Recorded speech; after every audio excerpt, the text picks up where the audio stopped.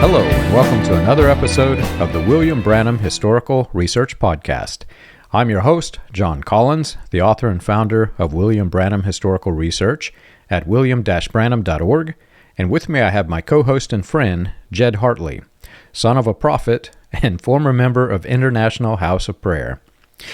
Jed, we talked about son of a prophet before I started this, and it's hard for me not to laugh because I understand what all goes with that, and I guess I should do air quotes, son of a prophet.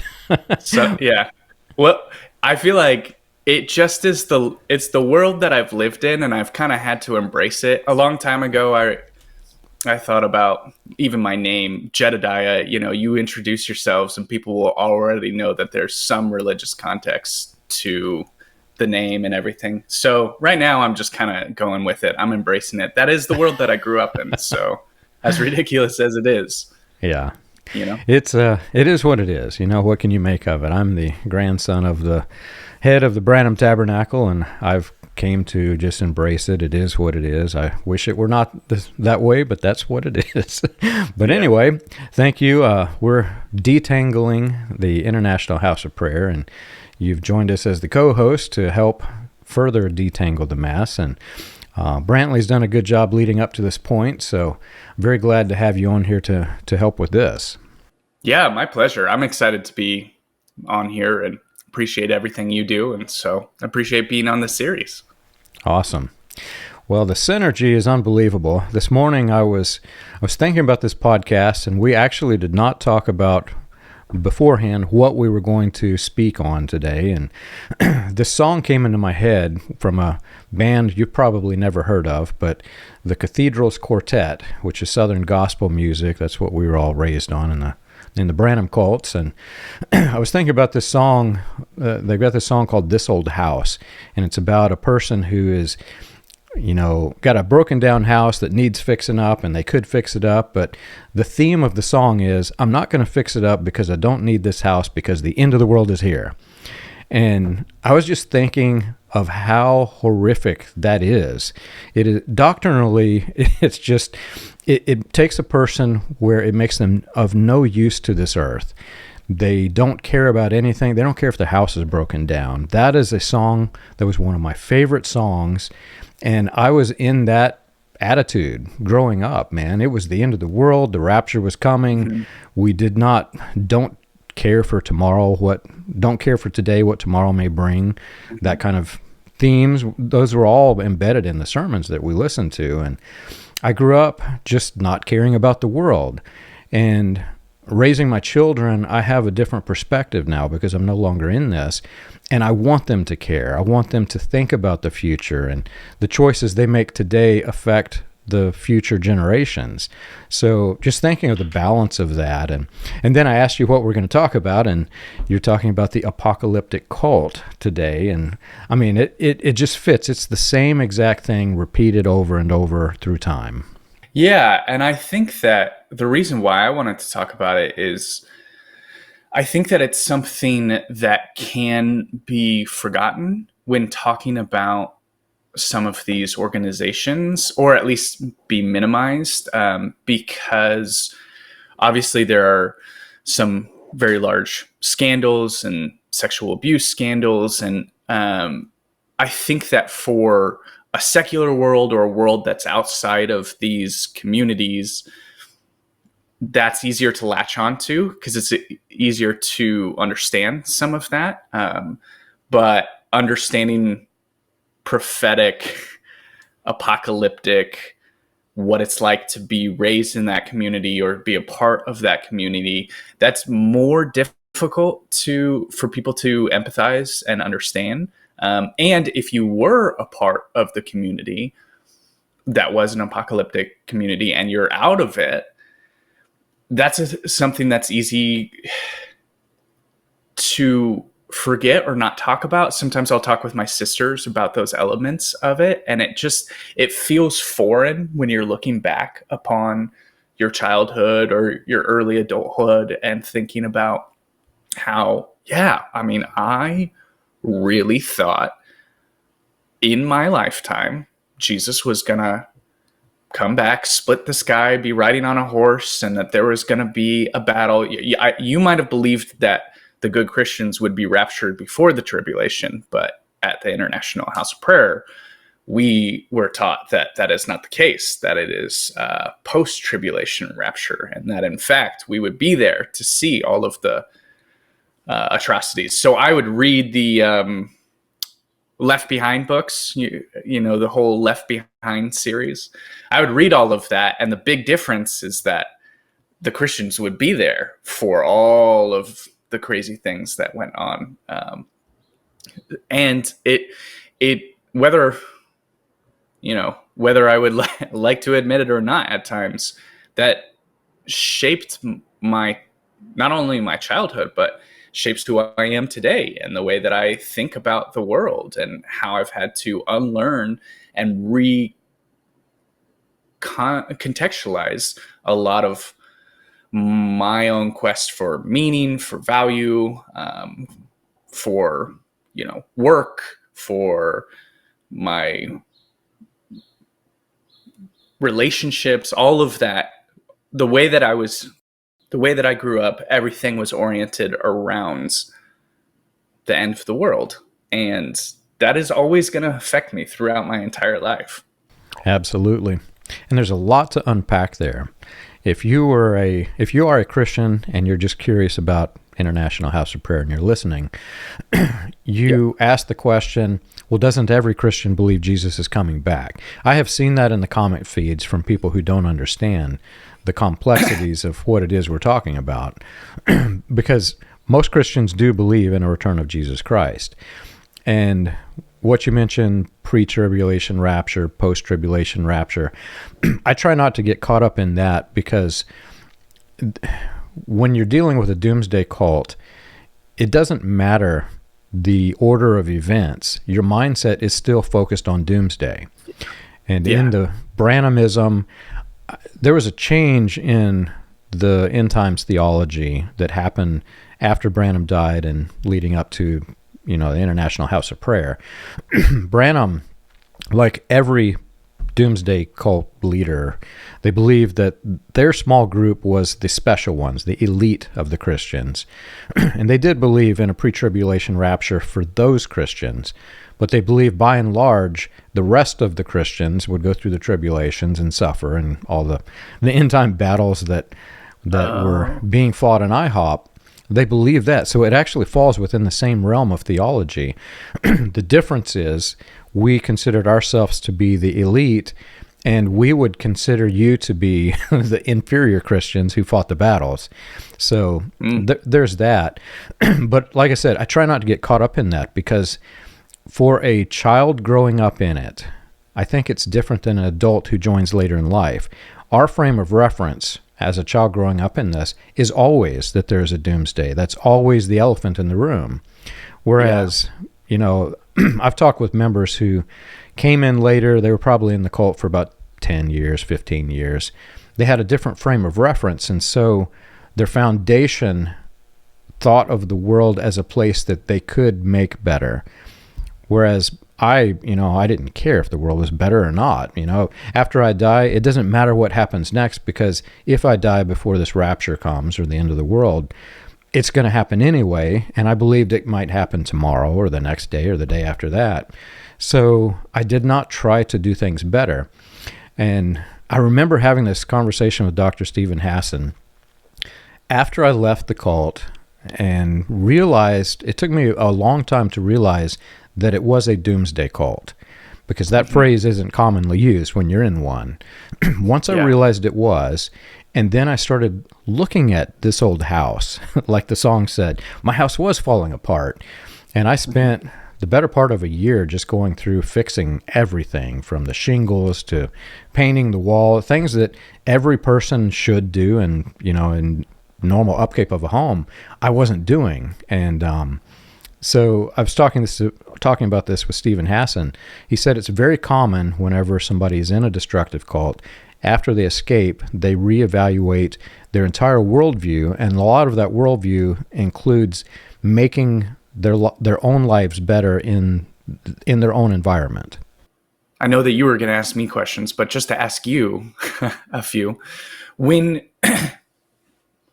was there a moment where you realized you were not, the end times wasn't coming in your life, or that aspect of it was wrong, or was it a slow burn?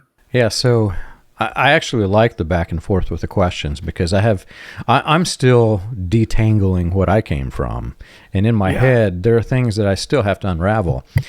But for me, see, I left a Doomsday cult, and I left almost instantly because I started asking questions and everyone cut me off just overnight. Within 48 hours, churches around the globe had said John Collins has gone rogue. He's asked a question, and now we must cut him off. However that played out, I'm not certain. So I was instantly taken out, but I have such an analytical mind. I want to understand things. So whenever I left, I started attending different churches, and it's good and bad experiences with many of them. But one of the churches had a plurality of elders so that no single person was in power, no single person could become authoritarian, which I did like that model. But I started talking to them about the end times because I'm still of that doomsday mindset. And I talked to one of them, and he was a preterist, and it just didn't make sense to me. How can you be a preterist and believe the Bible was my first reaction. And then I talked to another one. He was similar to what I believed. At that point, it was apocalyptic futurism, I think, is how you describe what we believed. But I learned that there were 4 different views of apocalyptic text in the Bible. And there were, interestingly, 4 pastors who had different viewpoints, which for me was fascinating because in the cult, you had to have the same or they would just oust you. But here are 4 different leaders with 4 different views. And so I got to understand their perspectives and why they believed it. And every single one of them had good, solid arguments for whatever it was they believed. I'm not going to say that I agree with one over the other one, but at that point in time, I could see that they're all using Bible references for what they stand for, all in conflict. And I realized that if it were meant to be black or white, it would have been written in the Bible black or white. And I know that I can already foresee in the comment threads, we're going to have people say, but it is black or white. You must believe this version that I believe, right? But over time, I adopted a pan-millennialist view where it's all going to pan out in the end, was that how I adopted it. I learned that phrase from a guy who also escaped the Branham cult. But I decided for myself, at least for the first few years of me being out of it, I was not going to pick one or the other. I wanted to explore them all and understand them all. Yeah, that makes sense. It's interesting looking at my upbringing because you have these principles that you believe early on, and you don't realize, like just like you were talking about how there were people in the comments saying that it's black and white. You grow up with all of your leaders being in what seems to be agreement. Now I've grown up and realized that they're, even within the International House of Prayer, there was infighting. But ultimately, Mike Bickle was the one who got the final say on a lot of this doctrine. But it felt like, no, there's one way to interpret the Bible. It clearly says this thing. And you would have people who were the numerologist, but I think Branham did this for a while too, where clearly that there are 7 sets of 700 years. And if you do the math that you come to this date in the Gregorian calendar or something, and therefore May 17th, 1967 is the day that the tribulation comes, and then May 17th comes, and it's like, we forgot to carry the 1 here, and it keeps going. And to some extent, that would happen at the International House of Prayer. They were careful. They were more careful to not give specific dates, but the one thing that was always said by Mike and by the leaders at the International House of Prayer was that we were raising up, I was of the generation, but the generation before me, so my parents' generation, was raising up the last generation on earth. And that's as specific as you need it to be. My generation was going to be the final generation on earth. We were going to see the end times. My parents' generation was going to see it with their own eyes, and I would be of the generation right in the midst of this. It was going to be these millennials which now they must be really disappointed in the millennials because they're not moving in prophecy and the spirit like we were supposed to do. But anyway, that was sort of the statement. And so growing up, that was the fixed belief that I had. And because I wasn't first a Christian who then went to the International House of Prayer. I didn't have like the formed conventional Christian beliefs and then adopted a more radical position. So I had no idea what was radical and what was conventional. So the idea that Jesus rose from the dead was no more or less radical than the idea that the end times was going to happen during my generation. Those were of equal principles. And in fact, we probably talked about it at equal lengths. And the same was true for a lot of different prophetic promises. I believe that my dad and I believe that Mike Bickle spoke with angels of the Lord, just like I thought, the Lord spoke with Noah or Moses or any of the heroes of the Bible, because that was what I taught, and I was taught, and I believed it unquestionably, like that the faith of a child, that I had total and utter faith that these larger principles were true. I always thought of myself as like a rebellious kid because I would ask a lot of questions, but I was just trying to make sense of the things that they taught me. And I was holding all of those principles. I didn't know that I could choose to not hold those principles. And now I think back on it, and I mean, even within the last couple of years, I didn't realize how fringe a lot of the IHOP beliefs were. I was talking with my sister, and I was like, we were a leaf on a twig on a branch of a tree in the midst of a forest. Like it was so specific. And there was people who would open up the Bible and say, look, it's clearly right there in black and white. And it's like, okay, well, if it's that clear in black and white, why is it no one thought of this until 1985? And why are we, I mean, there's only 1,000 of us who probably have this specific view.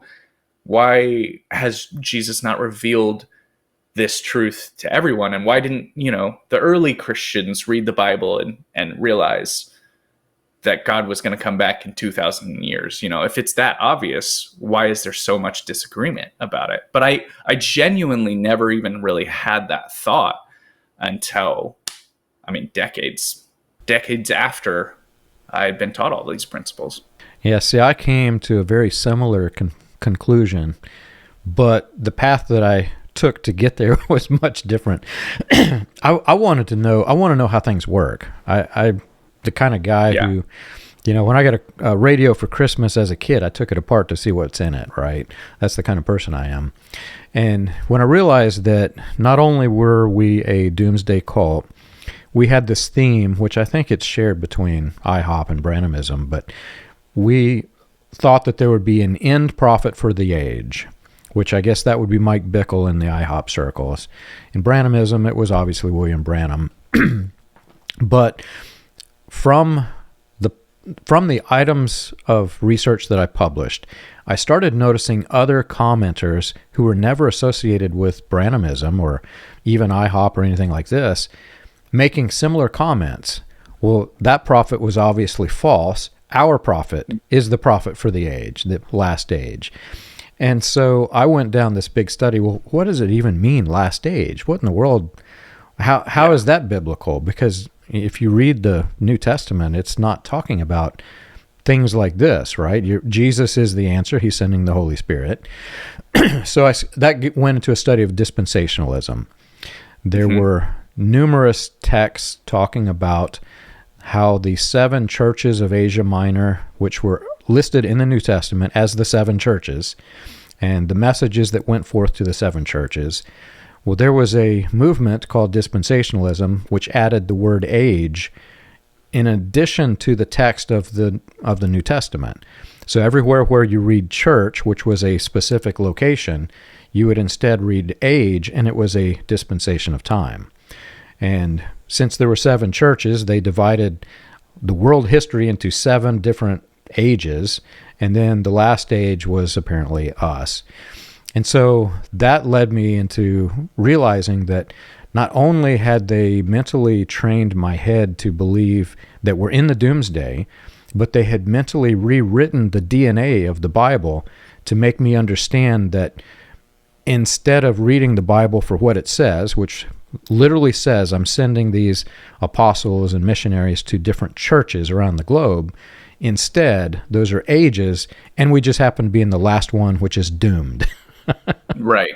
Well, and if you look at any religious scripture, Christian, if you see yourself as the center of a religious doctrine, so you open up the Bible and you think this was all written for me specifically, you're going to be able to interpret a way in which it's like, oh, these are all these different ages. And dispensationalism, you look and see it and you're like, well, we must be on the precipice of the final, age of humanity, the millennial kingdom, or whatever it is in your, obviously there are different interpretations of that, but it all comes from this point of view of inserting yourself into the center of the religious doctrine. The same thing can go for legitimately every religious text and religious community. This is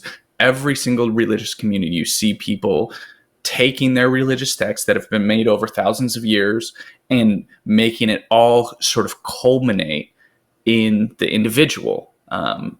Whether that's the individual community or whether that's the individual person.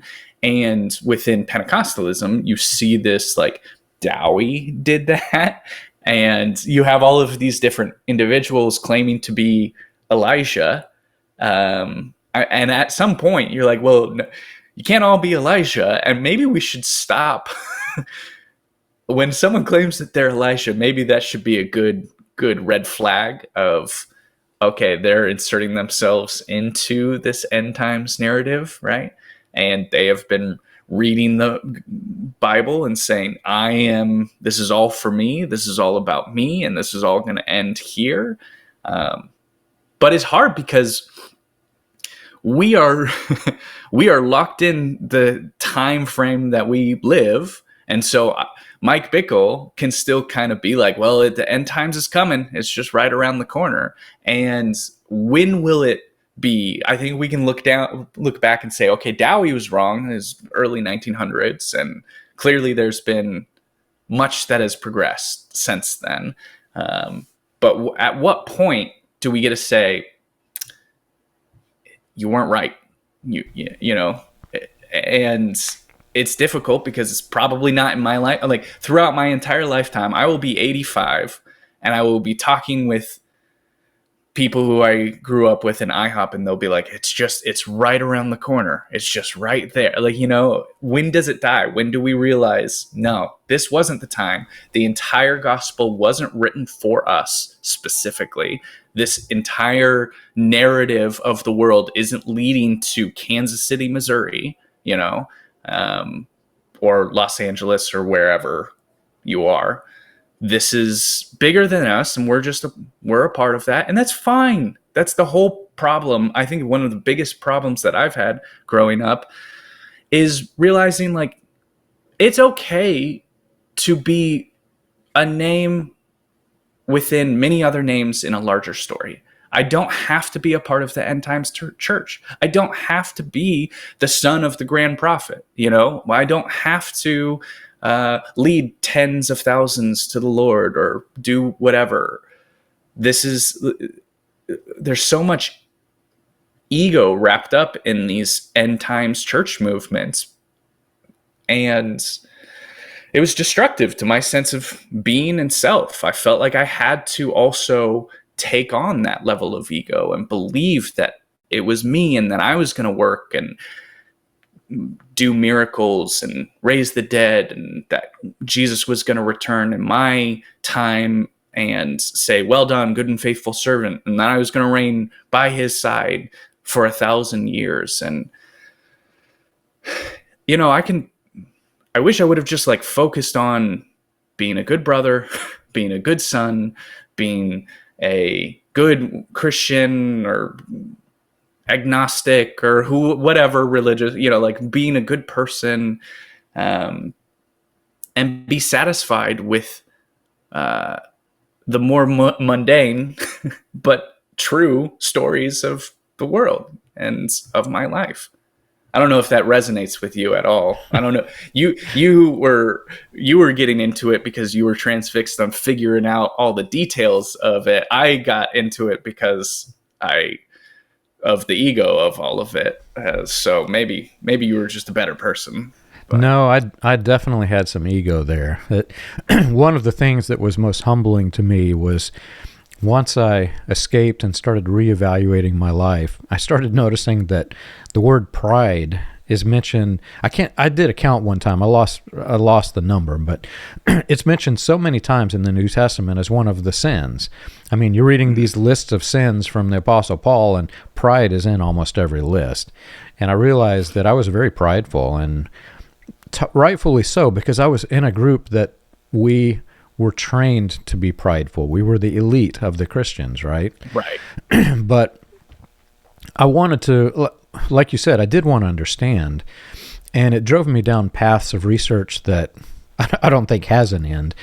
The problem is this: we were raised in a religion that liked to take certain phrases from the Bible literally, and then call the literalists or the fundamentalists, we would call them in error, because the Bible has different genres and different parallels and different analogies, and you can't read everything literally. But we fell into the same error because we would make the same mistakes. And I realized very quickly that the Doomsday focus isn't something that was new within our lifetime or even Dowie's lifetime. As far back as I could go in research through time, back all the way back to the early Gnostics, you had problems like this. In 1 Thessalonians, I think it's 4, Paul says, "We who are alive and remain shall be caught up together with them in the clouds." Mm-hmm. Paul is literally saying there that he will be alive and he will remain when the rapture comes. So then every single group of Christians after that statement was made who took that as literal prophecy, or I don't even know what you call it, but believed his statement to be accurate, they all were looking for this any day this will happen. And you had two categories of people. You had people that understood the meaning and the themes that were written in those letters from Paul. Then you had the others that are so hyper-focused on, oh my gosh, the end is coming. What do I do? What do I do? How do I save myself? And they literally separated into two categories of people, one in grave error. And so that's what birthed the ascetics. So people were abusing themselves, trying to deny themselves pleasures of the world because the world's going to end. We don't need it. Let's save ourselves by becoming more holy by omitting different things. And you had, it's funny and sad all at the same time. I was reading through, I think it's the book Against Heresies by Irenaeus, the first apologist. And anyway, there was a specific group of Gnostics that they went so far as to condemn sex. And this group died out, because if you can't have sex, you can't produce offspring, and your group just dissolves. So Yeah. that group is no more, right? But it went forward and through time. Every group that took the theme of apocalypse now and tried to save themselves by getting into a hyper state of awareness of their own spirituality, they all failed, and they all went into some error. And like you said earlier, I don't want to make light of the sexual things that happened at IHOP, but the core of the problem isn't that. That's just the smoking gun. And if you look back through time, all the way back, dating back to the, 300s, I think, maybe early 400s, you have time and time again where similar errors are happening, but they're all working themselves into such a frenzy that literally they're going insane. So you have the mental issues that come with that sense of urgency. And I think that played I can't say that was all of it, because we have some of the history with Mike Bickle, but it played a factor. I'll just say it like that. Have you ever wondered how the Pentecostal movement started, or how the progression of modern Pentecostalism transitioned through the latter rain, charismatic, and other fringe movements into the New Apostolic Reformation? You can learn this and more on William Branham Historical Research's website, william-branham.org. On the books page of the website, you can find the compiled research of John Collins, Charles Paisley, Stephen Montgomery, John McKinnon, and others, with links to the paper, audio, and digital versions of each book. You can also find resources and documentation on various people and topics related to those movements. If you want to contribute to the cause, you can support the podcast by clicking the Contribute button at the top. And as always, be sure to like and subscribe to the audio or video version that you're listening to or watching. On behalf of William Branham Historical Research, we want to thank you for your support. What's tragic about all of it is that the people who are most affected by these apocalyptic communities and apocalyptic teachings are the individuals who have the most faith in the community. It's the irony is that you had all of these faith healers, these prophets, who would blame individuals for not having enough faith when you don't get healed or when these things don't come true. But in reality, those who do have the most faith are the ones left holding the ticket. Like, think of it this way: if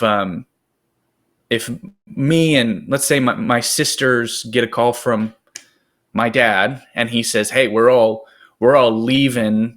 We're moving. God has called us to move, and and we're gonna move today. Get your stuff packed up. Get ready." And I pack up all my stuff, and my sisters are like, "Nah, it's not really that big. Eventually we're going to move. God has said some of these things." And I'm like, "No, am taking it seriously. I saw what my father said. He said, pack up. I have it. I'm there. I'm waiting at the bus station, and days go by and he's never there and we never move." It's the person who believed it. It's the person who packed up their things, who waited at the bus station, who suffers the most from these apocalyptic communities. And what's really frustrating, even now, is that when I've spoken out against my father and I've spoken out against International House of Prayer, I've had some really personal attacks against me, which largely don't bother me that much.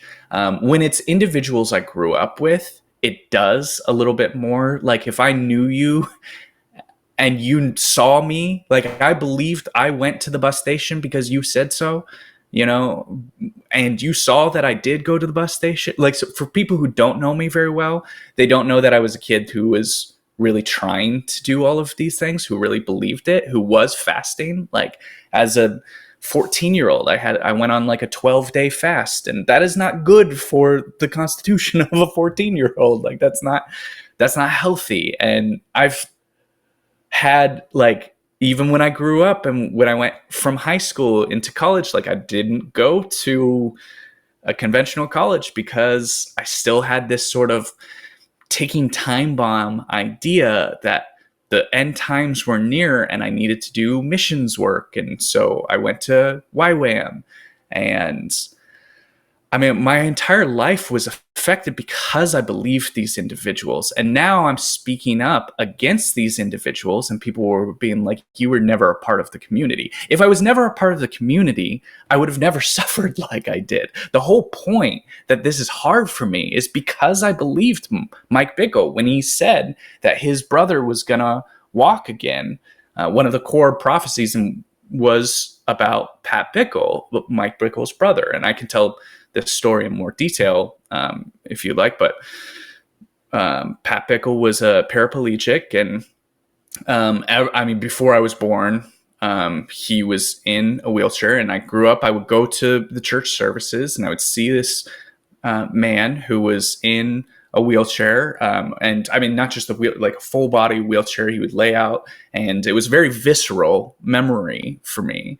And that was one of the core prophecies, is that revival was going to come to Kansas City. The Chiefs were going to win the Super Bowl, and Pat Bickle was going to walk again. And I believed all of those things just as much as I believed that Jesus was raised from the dead, just as much as that Moses parted the seas, that Noah, 40 days and 40 nights, Noah was out on the ark in the water. And like all the stories, I believed them all.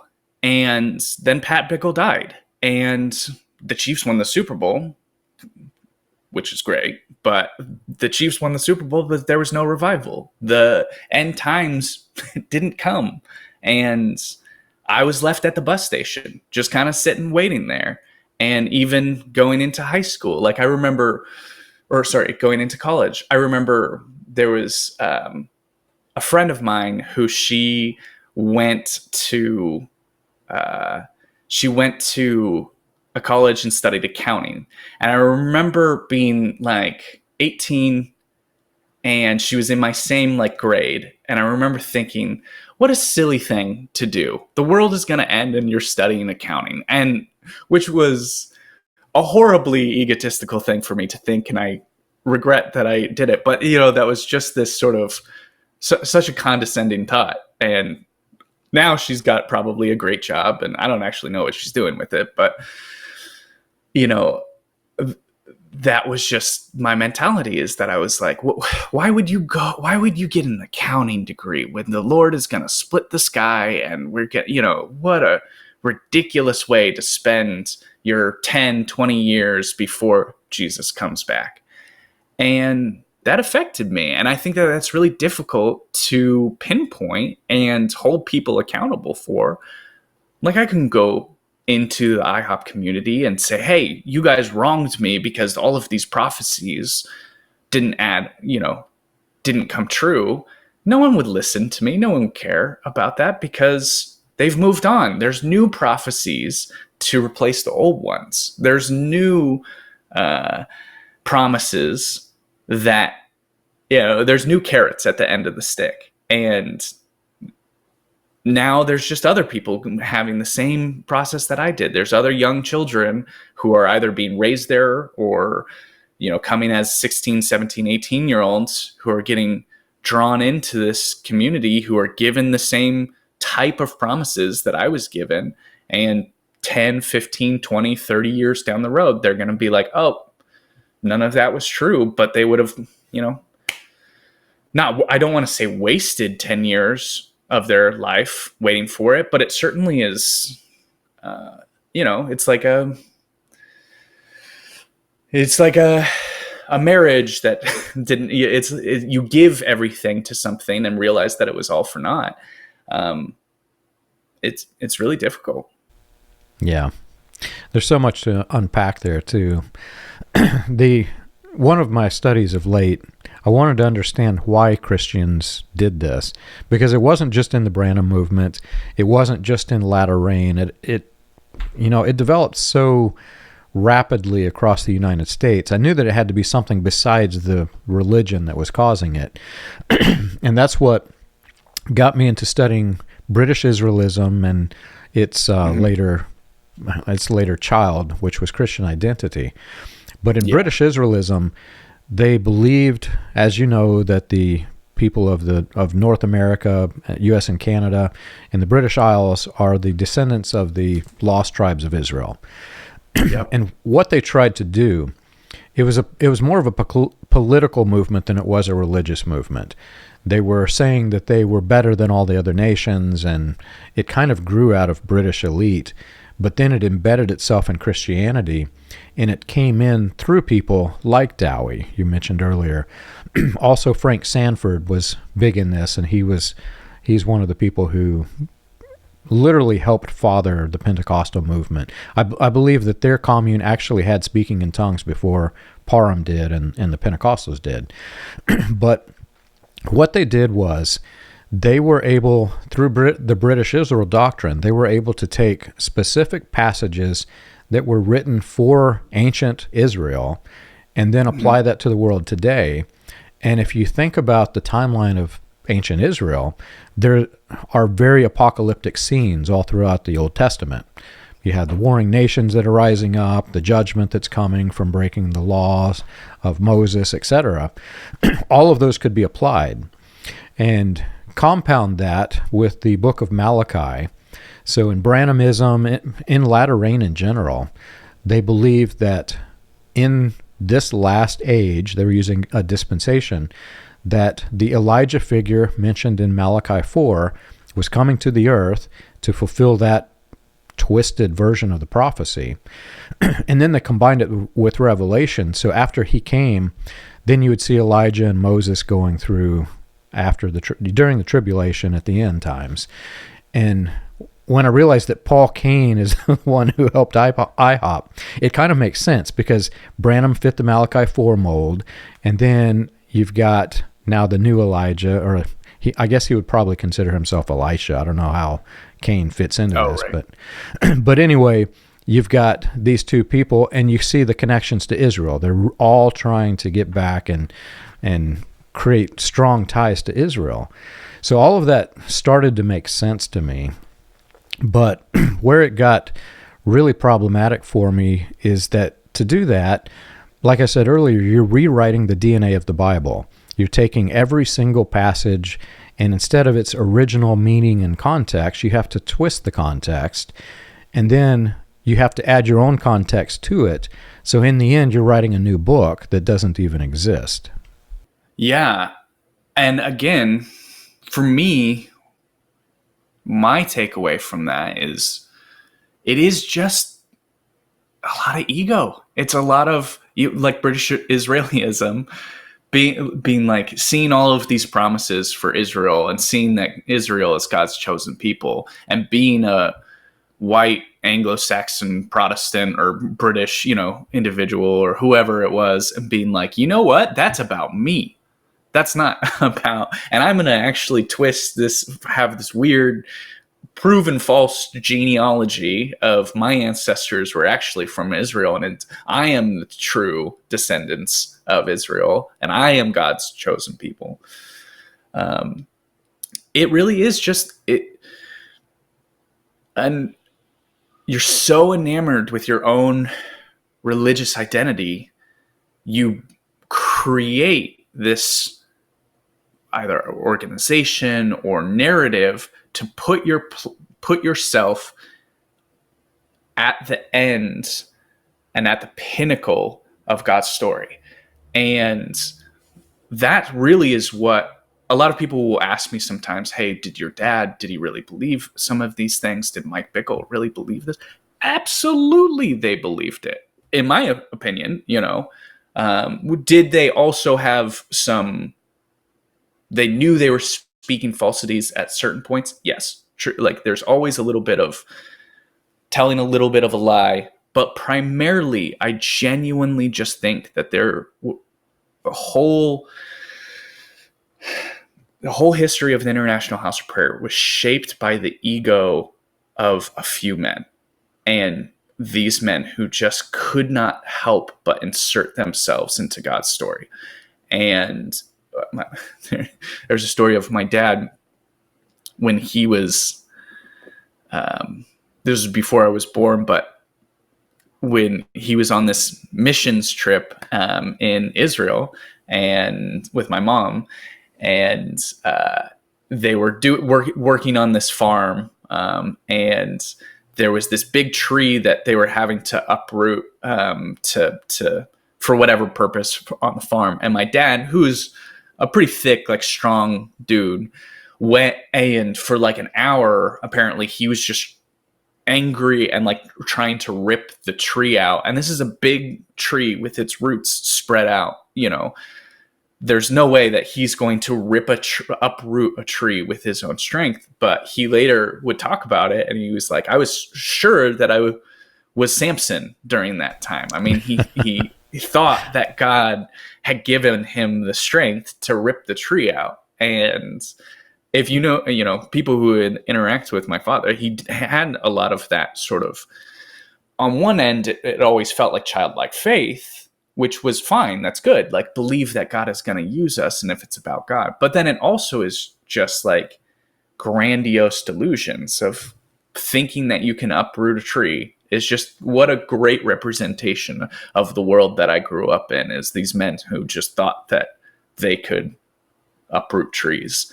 And had it just been about leading to the glorification of God or whatever that they would talk about, then maybe it's less dangerous. But it quite clearly was about their own ego and the elevation of their own names.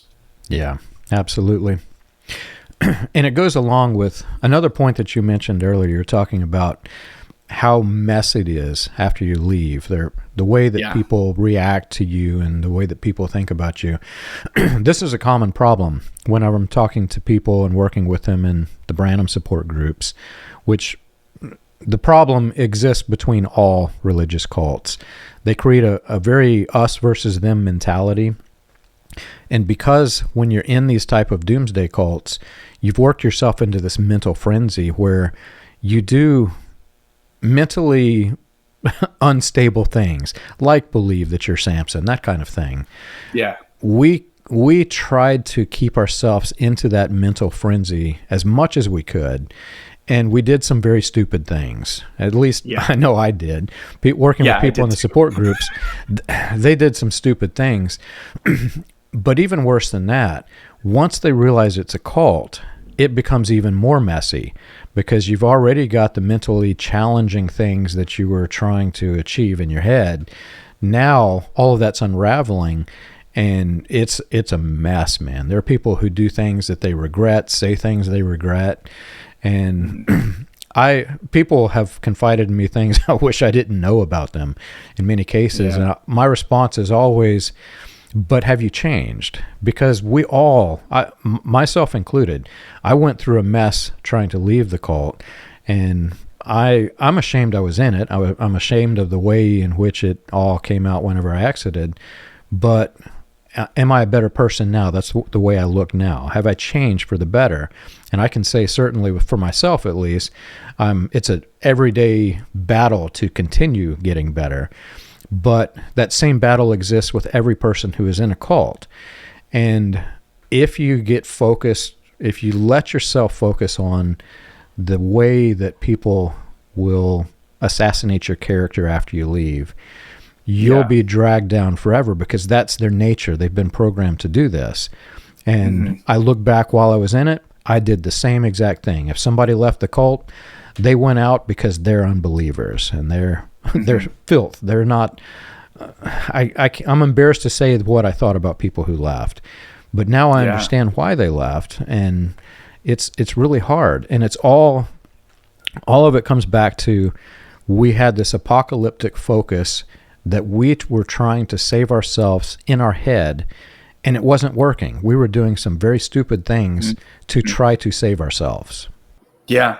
And I totally understand how that leads to, for some individuals, very ascetic thinking, which is definitely what happened with me is this sort of like, I'm supposed to be working in miracles. I'm supposed to these are the things that are supposed to be happening. They aren't. It must be my fault, and I must punish myself for it. And while also then having some of the grandiosity of the world, like I've both had to learn humility and self-worth since leaving that group, which is hard to do at the same time, because I've had to be I've had to get away from those sort of self-flagellating tendencies, that this very critical examination of who I am. But at the same time, I've had to accept a much more humble, a much more like, I've had to separate some of my own grandiosity. This is the biggest problem, and it always has been for me, is just work. Like, a lot of your life consists of a lot of mundane tasks, and it is very hard for me to accept mundane tasks because I feel like that I shouldn't be doing this. I should be doing these great things and being a part of these great, like I was supposed to do. I have all these expectations on my life, and even now it's hard to just be like, you know what, I'm gonna just have to slow it down and do my taxes and do these these more simple things. And or in like relationships too, of like have letting it be, oh, I'm figuring it out. I don't know what to do in this situation. Being like, oh, I can't. It's just difficult to find that balance of both humility and self-worth after leaving a world that was so grand in its scale, both in its criticism of you and its sort of praising of you as an extension of the rest of the group. I mean, it's so extreme, such highs and such lows. It is. And some of the things that you're mentioning, every single person who has escaped any destructive cult, no matter which, they all struggle with it. Boredom, for example. Yeah. Whenever you leave, boredom will rip your mind apart. But totally. To a person who's never in this, they just simply say, well, I'm bored. Let's go do something. But whenever you escape this, you're trying to keep yourself in this mental hype your entire life, and it's mentally exhausting. So you're either mentally exhausted or you fall asleep when you're in these cults that are, what does my wife call it? She calls it a high control group, a high demand group. When you're in a high demand group, it's very demanding. So you're in that state, and you'd never really learn to cope with boredom. The other thing is aloneness, because in these type of cults, it's so unhealthy the way that we were so close and in each other's business, that whenever you have some time to yourself alone, you really struggle. You're like, well, I need to connect to somebody. I need to get back with the group. But normal people experience boredom. Normal people experience alone time. And for me, it's also struggling. Like, I can't just sit down and watch a television program. Yeah. And I've been escaped from this thing it was 2012 when I left, January 2012. I can't just sit and watch. I've got my computer up. I'm writing a book. I'm always multitasking, and it's part of the development. And it all comes back to, I was in this destructive cult. The world was ending. I don't have time. Rush. Totally. And that everything that I have to do has to be important. I mean, that being able to sit and watch a movie or play a video game or something like that, I feel like I'm wasting my time. I'm supposed to be furthering some grand purpose. And now it's difficult because I don't believe in any of those grand purposes. So I'll feel this sort of discontent, but it's this absolutely aimless discontent where I'm like, I don't actually know what I'm supposed to do. but I feel like I ought to be doing something, and it keeps me from just enjoying the simpler things in life. And I fortunately have kind of worked through some of that, but for a very long time, that was a big thing for me, is that I couldn't watch a football game. Quite literally, there was a lot of times where my dad would get angry with me if I did these things, if I watched a football game, or because it was like, hey, especially when I was traveling with him, I would be like, hey, the Chiefs are playing today, let's go watch the Chiefs. And he'd be like, no, we're on a mission trip. It was ministry trip, but we got to meet with this person and this person and this person. And I was just like, I felt guilty every single time, where I was like, I just kind of want to have fun and eat some good food and watch a game. Yeah, I know exactly what you're talking about. Although I will say, recently I discovered the video game Starfield, and it's so entertaining. It's kind of in a different world, so your mind kind of does unravel. I did waste a little bit of time on that, but not as much as I would like. It is difficult. And one of the key concepts I try to help people with whenever they contact me from the support groups is that immediately when you leave a destructive cult that was focused on doomsday apocalyptic themes, you have to rewire your thinking of urgency. Because every single person who leaves, they've got to plug themselves into some other church and say, you hear this all the time in the comment feeds, if this wasn't the prophet, well, who is the prophet for our day? Yeah. And so they've got to go find it. They've got to plug in, right? Yeah. And I tell them, first, just take a step back, because if God is all powerful and God is going to lead you, he's not going to care that you keep this urgent thing in your head. You've got to let him deal with the timeline, let him control the time. Go try some new churches. If you're a church goer after you leave, go try some new churches. Some people, they've just been burned, and from religion has so destroyed their lives. When they leave, they don't want anything to do with it for a period of time. And the urgency for them, now you've got this group of people who are urgently trying to get them back into church, and I see that just as problematic. Let them heal, then go back. If I was a carpenter and I'm swinging a hammer and I rip one of my biceps, I'm not going to immediately go try to swing that hammer again. I've got to let it heal before I do, and I'll sit off on the bench for a while. So I tell people, if you have to, sit out on the bench for a while, but keep thinking about making yourself better, and keep your focus. If you're a Christian after you leave, keep your focus on Christ of the Bible, not of this thing that they were teaching you. And if you're not, just try to think, what is it? How did this world come to be? Think of the things that we weren't allowed to ask ourselves that every other person in the world did. Every person goes through that phase. If you're not in a cult, you go through that phase of, what made this earth? Who made this earth? Somehow, all of this came to be. How did it come to be? Dwell on those questions, and you'll probably find you back in the same place that the other people who left and plugged in would have gone anyway. Yeah. Well, and what's interesting is that if you talk to IHOP apologists right now, because there still are many,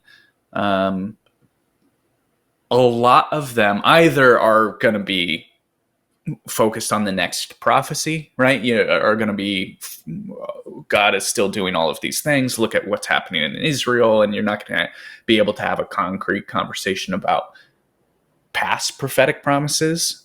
So either they're going to be forward focused, and it's just going to be a difficult conversation, or a lot of individuals who I know and who I've grown up with will be like, well, but IHOP was still good, and a lot of times what they will describe are going to be some of the more mundane things, are going to be like the prayer room. There was this 24-hour house of prayer, and I would go there and I would feel spiritually healed. I would be able to pray, and and it's not the grand things. They're not going to talk about the one thing conferences. They're not going to talk about the awakening that happened in 2010 or whatever. They're not going to talk about the healings because they weren't, the miracles weren't what was promised. So no one's going to point to the miracles.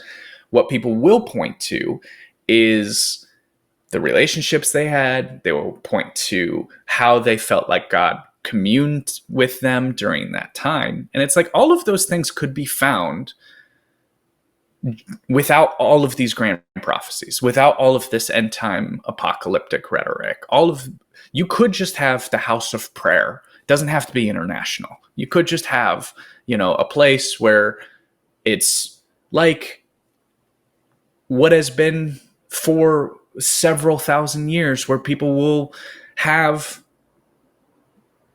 religious organizations be about communing to the individual, about being a place where you get healed. Like I was talking with someone right after all of the Mike Bickle scandal, and they're like, should we be on team burn IHOP to the ground, or should it be reformation, or should it be reconstruct? And I was like, well, if the International House of Prayer did very little other than if they had basically adopted the International House of Pancakes idea, where it's just a place where people can come get fed 24 hours, then that would be great. If people could just worship, come there, find whatever they're looking for in communion, then that would be fantastic. But IHOP is so fixed its identity on the grand, that's never going to happen. That they're never going to be able to walk it back to be just those basic things. And so, and I want to recognize that I understand, like, when people see me criticizing the International House of Prayer, there will be a lot of like, but it meant a lot to me. And I get that. I totally get that. It wasn't all terrible. A lot of it was pretty bad, but like even in my own relationship with the International House of Prayer, there was a lot of times where I would go to the prayer room and I felt a spiritual, I felt spiritually fed, and that was good.